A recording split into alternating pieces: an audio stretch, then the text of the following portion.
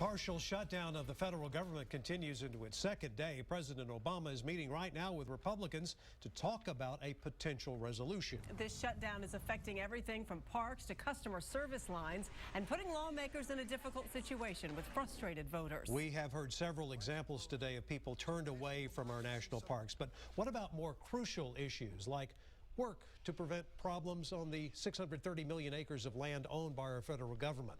The Balcones National Wildlife Refuge near Lago Vista is one such property. As of now, plans to tackle wildfires there before they spark are on hold. KXAN's Lindsey Bransom spoke today with neighbors who are worried about what would happen if brush catches fire. The gates are closed, and I've seen very few people coming in and out. In fact, one of those was a firefighter. Out of 10, he's the only one here. Hi, babe. Shirley Murphy lives just down the road from the Balcones National Wildlife Refuge. 300 acres of land, dozens of animals.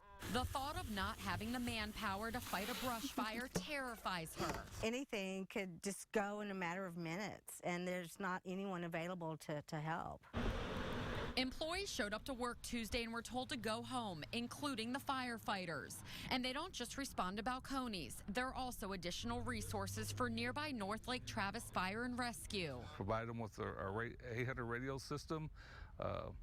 They self-assign when we have brush fires. So we've lost that for right now. Hello, you've reached the Office of Communications. Due to the government shutdown, this voicemail box will not be monitored. That's what you get when you try calling Balcones. Neighbors like Murphy question response time and how that's affected.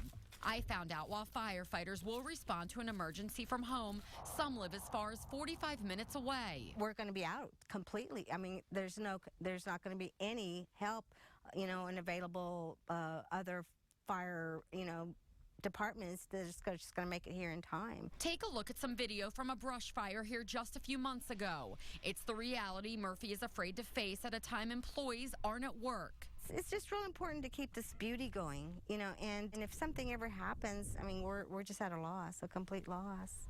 Lindsey Branson, KXAN News.